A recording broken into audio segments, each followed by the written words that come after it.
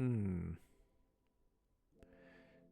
Normalmente grabar estos pequeños capítulos es no necesariamente fácil. Cállense porque están tocando la bocina.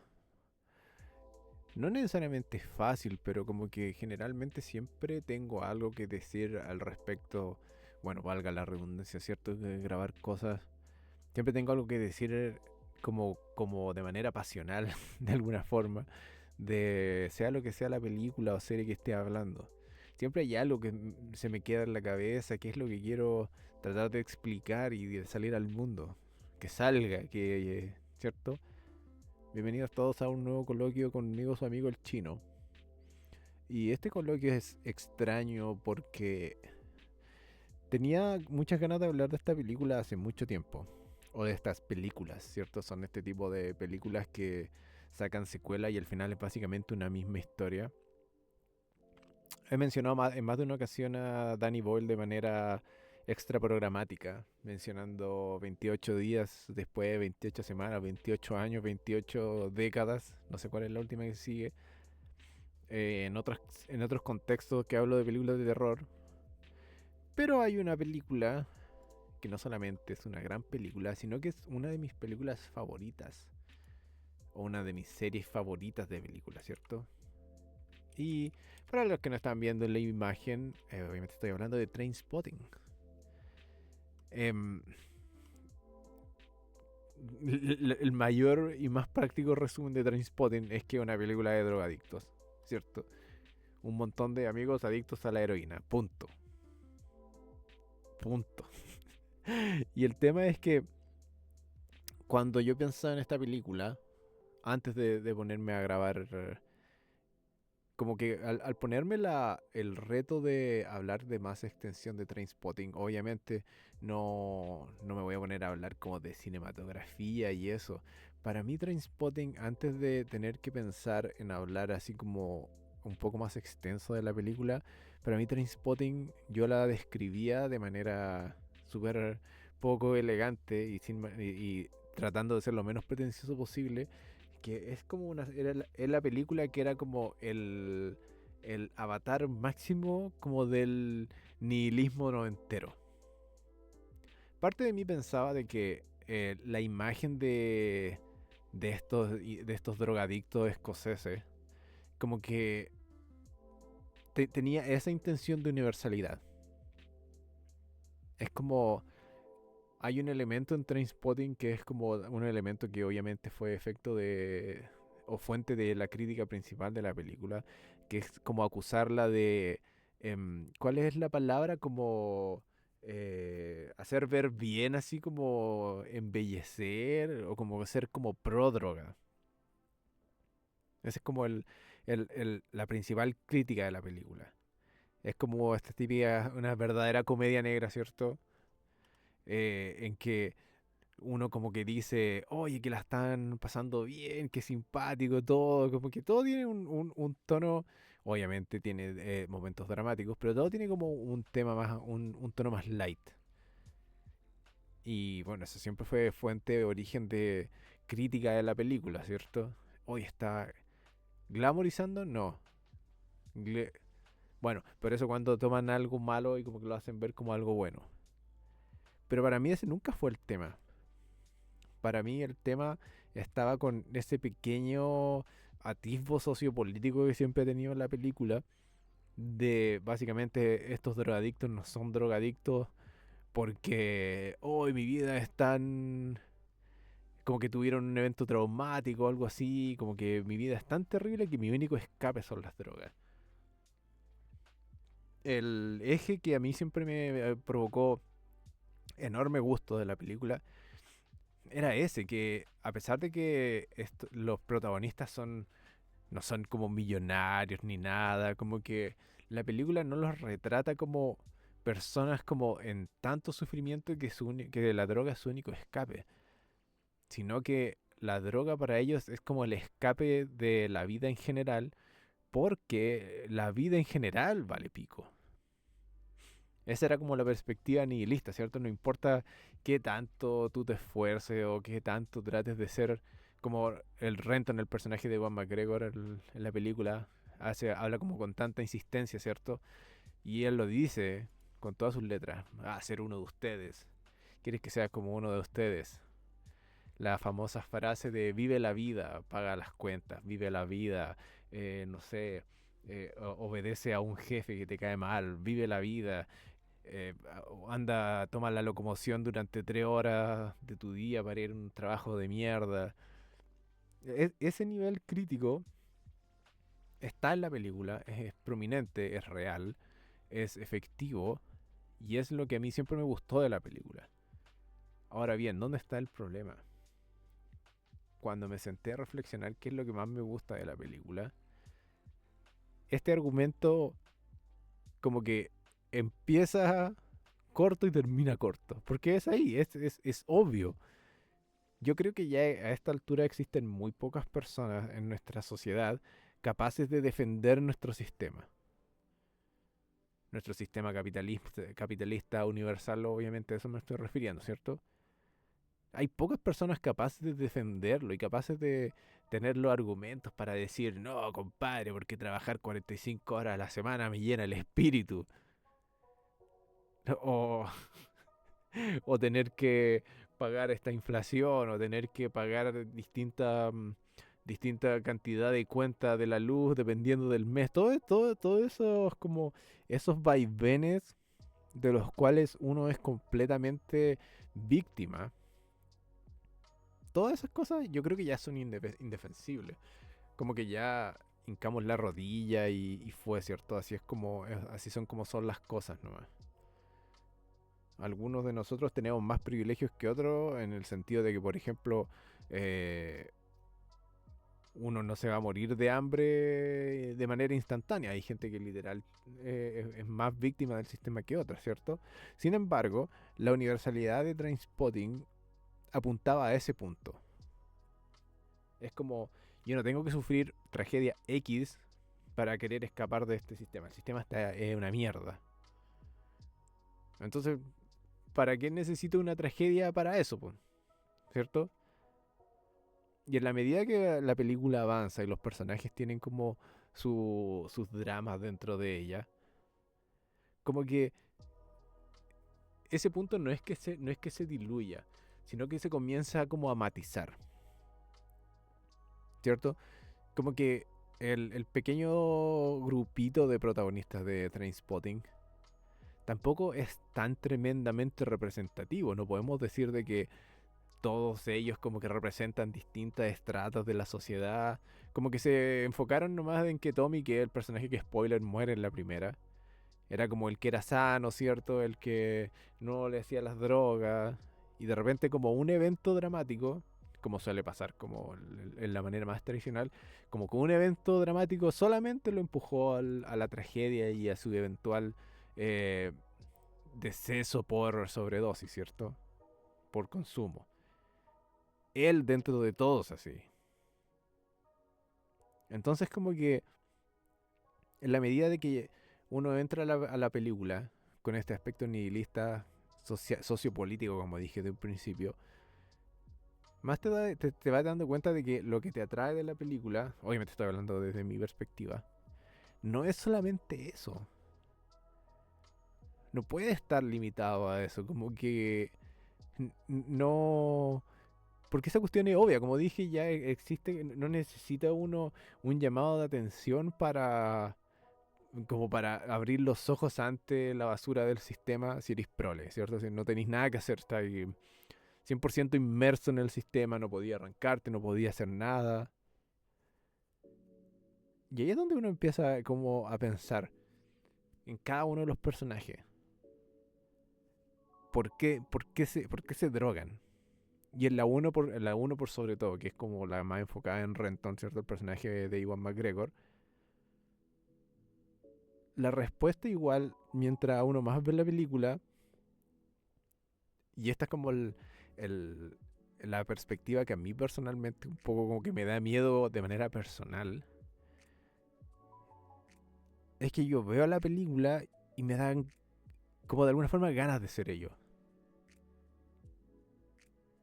Como que la empatía es un poco más transversal o trascendente a simplemente, oye, sabe que estos son proles, están escapando del capitalismo.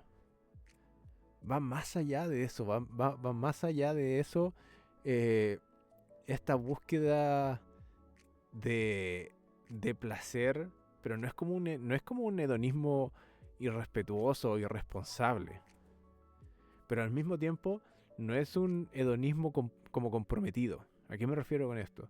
Como que ellos no se drogan por el sistema, ni tampoco se drogan por drogarse.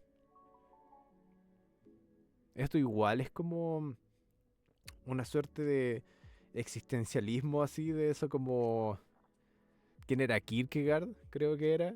El que hablaba del el estado humano, como que estar justo en ese punto de unión así perfecto, como que si tienes como un círculo que es como lo más empírico y real, y otro círculo así que es como lo más metafísico y trascendente, como las ideas y el cuerpo, si quieres decirlo de esa manera, son como dos universos y están así como justo cerquita, cerquita, cerquita. Hay como un puro punto de vértice de intersección de estos dos aspectos de la existencia, y ahí está el ser humano. Como no completamente entregado a lo comillas físico, ni tampoco no comillas entregado a lo ideológico. ¿Cierto? Ante vivir en ese... ¿Cómo es el tema del hoyo negro? Event Horizon, ¿cierto? ¿Cómo se dice en español? No sé. Pero estamos ahí como en el borde, así como... ¿Cuál es la respuesta? ¿Cuál es la salida más como viable de eso? ¿Cierto? Hay un aspecto, como dije, nihilista noventero en el sentido de que, puta, ya eso no se llena con trabajo, cosas así, ¿cierto? Se llena como con el placer químico. Es como tan revelador, ¿cierto? El placer químico. Imagínate desrelativizar lo que a nosotros nos, como por decirlo así, nos convierte en hedonista del estilo humano, ¿cierto? Como que, ay, que voy a buscar la inspiración en esto, voy a buscar la alegría en mis hijos y la voy así. Si lo pensáis bien, esa revelación es súper cuática.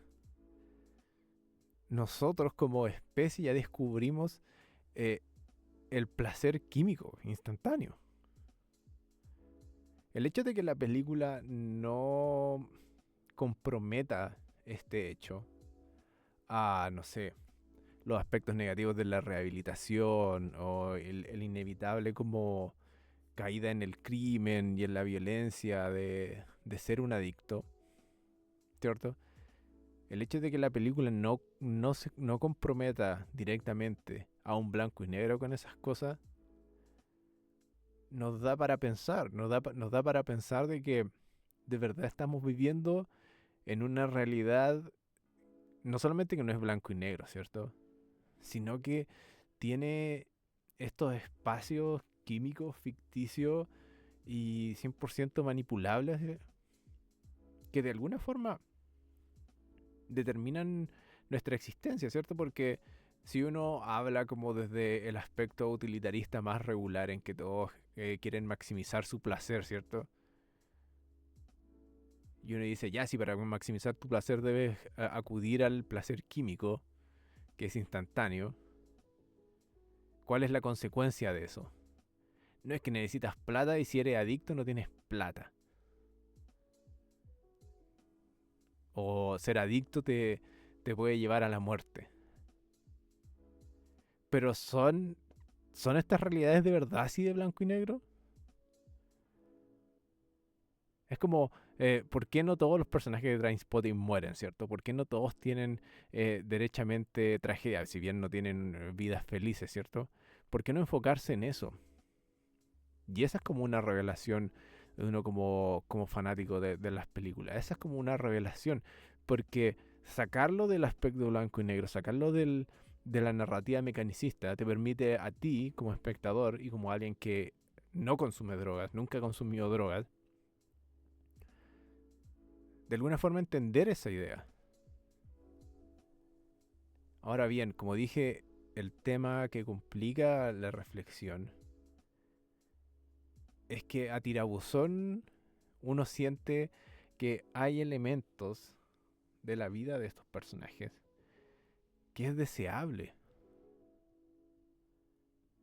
Es como de verdad que su vida es una aventura. Y aquí es donde se mete un poco la cuchara T2, ¿cierto? T2 Trainspotting, que es la secuela. Como si tú cuántos son como 20 años después de la primera. Como que volvemos a revisar los personajes. Como que han tratado durante 20 años. Como que de vivir con la apatía del mundo lejano del placer químico. Y son todos miserables. Como es de esperarse, ¿cierto?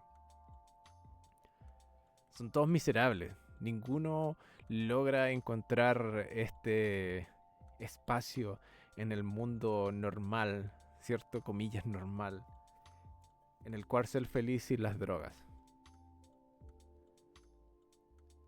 El gran contraste que tiene Trainspotting 2 con 1 es que si bien la 1 te lleva a todas estas reflexiones de carácter un poco más metafísico, la 2 ya te lleva a un par de reflexiones de carácter un poco más social. Porque los personajes ya han pasado por más experiencias, ya tienen así como una realidad moderna. De hecho, es parte de la genialidad de tanto la 1 como la 2, ¿cierto?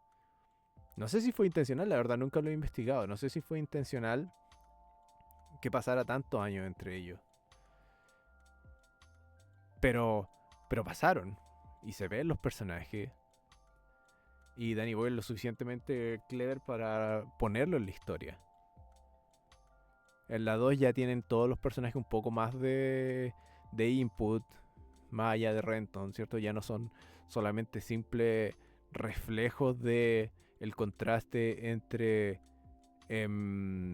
como dije, placer químico y placer semi-burgués de alguna forma, porque si eventualmente te inmersas en el sistema, puta, te vas a codear con ello. No tiene tanto que ver con eso, ¿cierto? Sino que la 2 como que te ofrece esta idea, ¿cierto?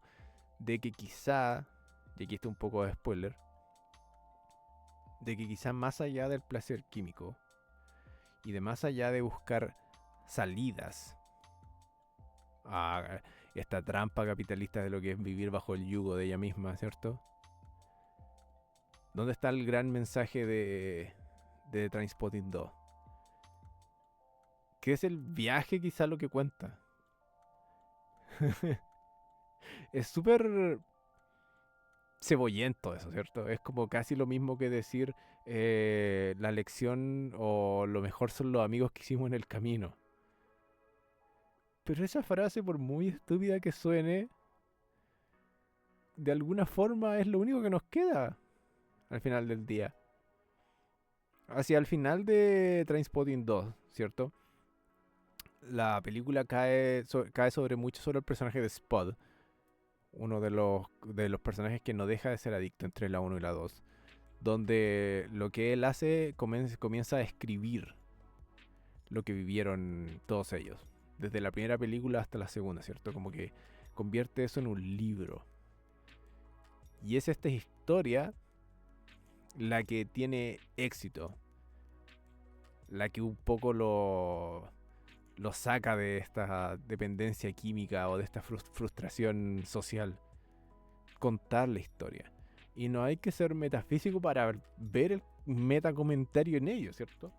Porque no solamente se le reconoce lo importante, lo interesante y lo bueno de la historia cuando él la escribe, sino que es lo mismo que estamos experimentando nosotros cuando vemos la película, ¿cierto?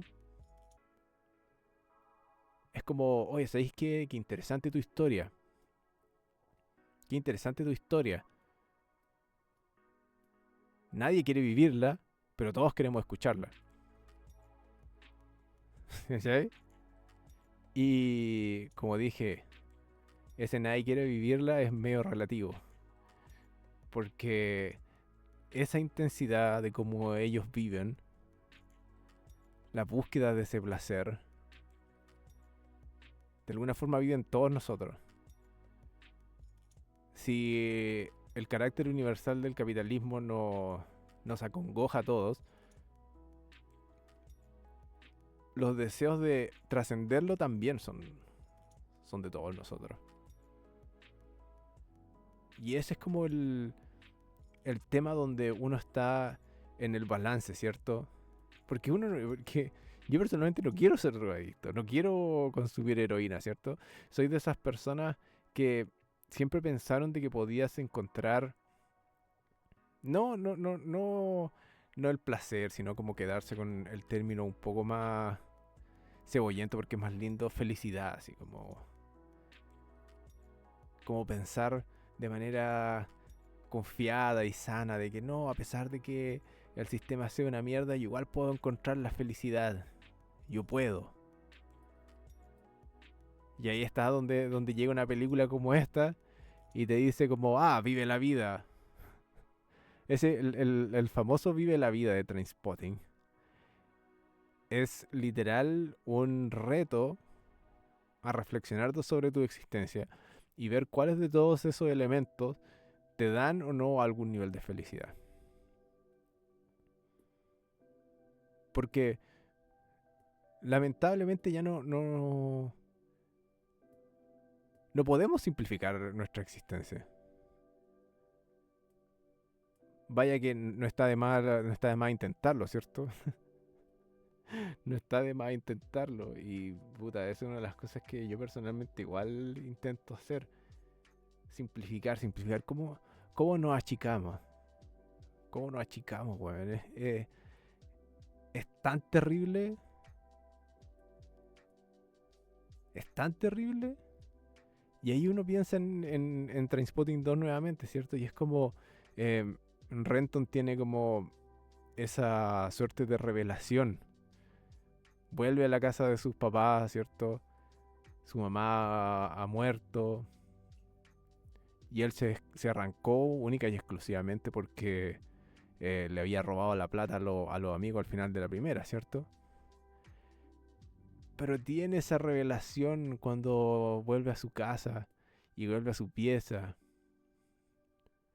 No de que, como dije anteriormente, de que lo bueno es el viaje o podemos ver como lo positivo en el viaje en vez de tener objetivos.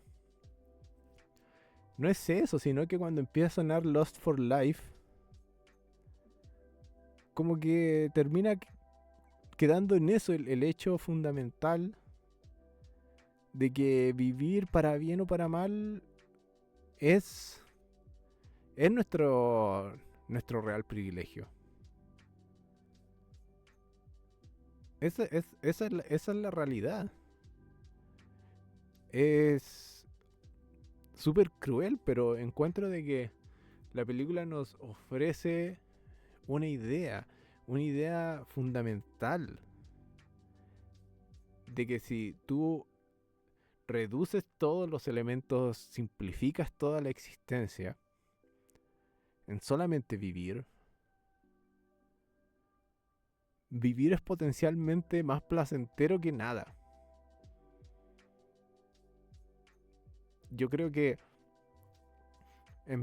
para mí personalmente, esas como ganas de ser partícipe de la aventura de Trainspotting, por muy rancia y tóxica que sea, de alguna forma como que igual implica un poco, y esa es como la parte más o menos como triste de la reflexión, que no encuentro que mi propia vida sea tan atractiva como la que tienen ellos. Y aquí no está de más volver a decir y ponerse meta, es como que mi vida no es tan atractiva como la de ellos, pero eso no quiere decir que quiera ser como ellos. Porque la propuesta de la película es que vivir en sí es placentero, ¿cierto? El lust for life, ¿cierto? El deseo por vivir es lo placentero. Pero el resto queda al entredicho. La película no te da respuesta. Y ahí es donde creo que la gente fue incorrecta, o la gente que dice que esta saga de películas es como pro droga. Ahí es donde la gente está incorrecta. Esta película no es pro droga, sino que utiliza los extremos como para hablarte a ti directamente, ¿cierto? Como para decirte, oye, ¿sabéis qué? Si estás vivo, pucha, tenía opción de ser feliz. Pero, ojo, ¿cierto? De que las ofertas que te da el sistema, puta, son las mejores. Esa es otro de los encantos de Trainspotting 2 también, que te muestra como realidades de algunos de los personajes de la 1 que sin tener que depender de las drogas, como que encontraron su espacio. Aquí como que se empieza a evidenciar mucho lo gris que es la película de carácter, ¿cierto? Es como... Sería súper fácil decir como, no, lo bueno es la familia, o no, lo bueno son los amigos, o no, lo bueno es encontrar un oficio. Que tiene de todo es un poco, ¿cierto? Bigby encuentra algo de paz en la familia. La niña esa que en la 1 es niña, después como que encuentra algo en su carrera. Spud encuentra algo en narrar su vida, ¿cierto? Obviamente el que termina en menos es Renton, ¿cierto? Que termina literal en nada. Como que lo intentó, termina en nada. Y después regresa a la nada. De nuevo, por eso dije que es nihilista. Pero volviendo al final de Trainspotting 2, con Renton ahí vacilando en su pieza mientras la pieza se extiende infinitamente, hacia el infinito valga la infinitancia. Es como súper difícil no quedarse en la nada, sí. Una película que no te da respuesta. Como que las amistades no son suficientes, las drogas no son suficientes. Entonces, de nuevo, si volvemos a ver la película como una saga, ¿cierto? Y como un llamado a cada uno, a cada quien, a reflexionar sobre su propia pasión por la vida, su propio lust for life. No te doy respuesta. De alguna forma implico de que el viaje mismo es lo importante, ¿cierto? Pucha, es como... cómo puede ser una de tus películas favoritas? No es suficiente querer ser como ellos. Porque, porque, porque no tiene ningún sentido. No tiene ningún sentido simplemente querer copiar a alguien, ¿cierto? Tenés que encontrar tu propio espacio, ¿cierto? No es como una defensa de algún tipo de realidad dentro de la sociedad capitalista que te sirva. No es solo eso. No es simplemente como, ojo, como que ningún personaje derechamente, o sea, de manera aledaña, pero ningún personaje derechamente acá termina como suicidándose. Tommy de alguna forma termina acabado, ¿cierto? Pero no quiere decir que su apetito por la vida simplemente se haya apagado. Porque de alguna forma los otros podrían hacerlo también. Bueno, spoiler, Spot igual trata de suicidarse en la segunda. Pero resiste más. Entonces está relativizada esta resistencia a la congoja creada por la sociedad. Se relativiza, no es necesario que sea blanco y negro como nada lo es en la película. Y es súper cuático. Pero más o menos como cerrando la idea. Normalmente tengo ideas súper claras de una película. Y es lo que la hace buena o la hace mala. La idea gris de la saga Trainspotting es la excepción. Para mí que hace que sea buena. Independiente de lo entretenido del guión o lo bien grabada que está o la música o las performances, ¿cierto? Cuando me tocó pensar qué es lo que me gusta de la película, inmediatamente se equiparó con lo que me frustra de la película. Porque no lo puedo entender y no puedo sacar una conclusión explícita de todo. No puedo llegar y decir como lo que me gusta de la película es que simplemente es una crítica nihilista de la sociedad capitalista de los años 90, seguido derechamente de una respuesta un poco optimista que hace referencia a encontrar tu camino en la sociedad a pesar de la adversidad.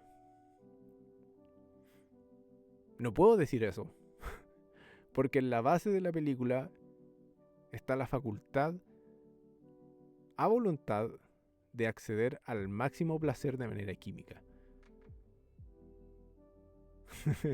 De tener la facultad como individuo, como especie y como sociedad de crear de manera artificial aquello que filósofos por siglo han considerado que es como lo esencial de nosotros, ¿cierto? Que buscar la felicidad. Y no te voy a decir de que, ay, es por el carácter pasajero de las drogas que no lo vale, ¿cierto? O es por las consecuencias que no lo vale. No, porque en la raíz misma se está cumpliendo este vaticinio, ¿cierto?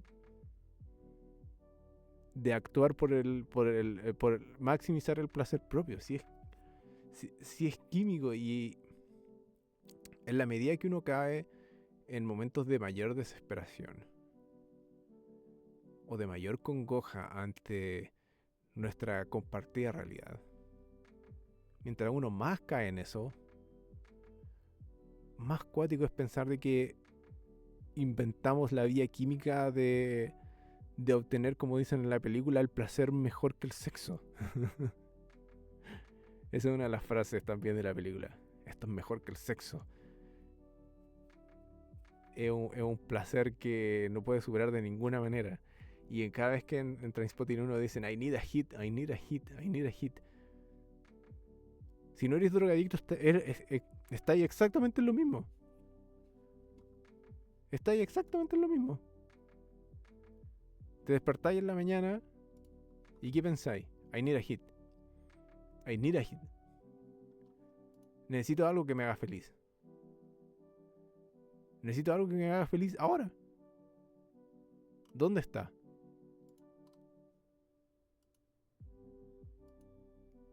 El hecho de que exista en manera química y artificial puede ser una de dos cosas. O la máxima crueldad de nuestra realidad, ¿cierto? En tener algo tan deseado de manera tan fácil. O es la máxima crueldad, o es el máximo llamado de atención a reflexionar sobre qué es lo que necesitamos para ser felices.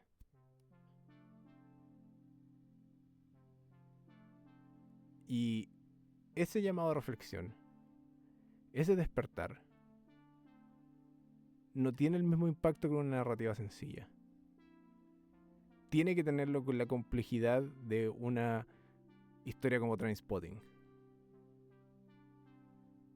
Ahí está, sí, porque como dije, es fundamental, es extremo.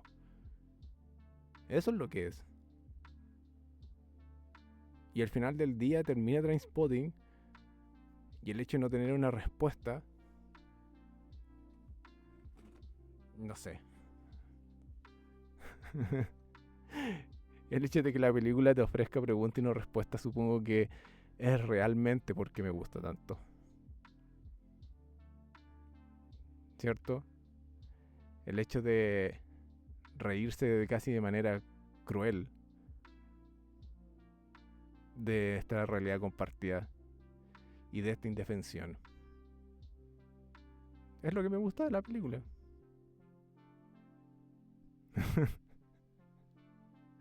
Y salgo de esta reflexión, salgo de la película, salgo sin ninguna respuesta.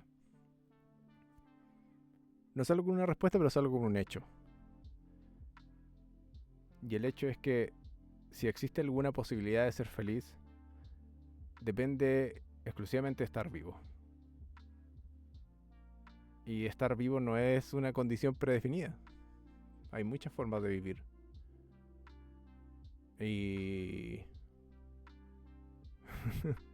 ¿cuál es la tuya? Yo aún no sé cuál es la mía. Pero supongo que viendo estas películas y inspirándose de alguna forma, por lo menos me dan ganas de descubrirlo. Y eso es como un mínimo, muy mínimo, pero es real. No es ficticio, no son dragones ni magos, sino que son escoceses drogadictos al borde del colapso, weón. No es que un mensaje sea mejor que el otro, ni que una presentación sea más fructífera que la otra. Son simplemente dos formas distintas de hablar de lo mismo. Creo yo.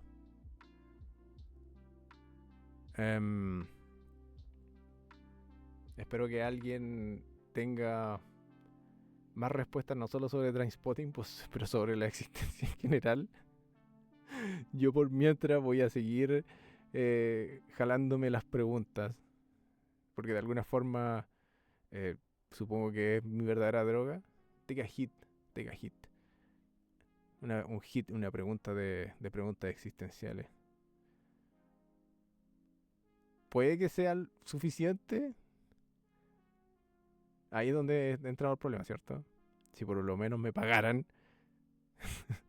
sería algo de suficiente. Pero el hecho de tener que pensar en cómo pagar o cómo usufructar de la reflexión ya inmediatamente te convierte en esclavo de un montón de cosas que son por lo menos decir paradójicas, paradojales o paradojas. Pero bueno, supongo que si una película te hace sentir y pensar estas cosas, hay que decirle gracias. Así que hasta nuestra primera inyección, o sea, nuestra primera, hasta nuestra siguiente inyección de preguntas, respuestas y entretenciones a través del cine. Gracias por escuchar y say no to drugs. Bye.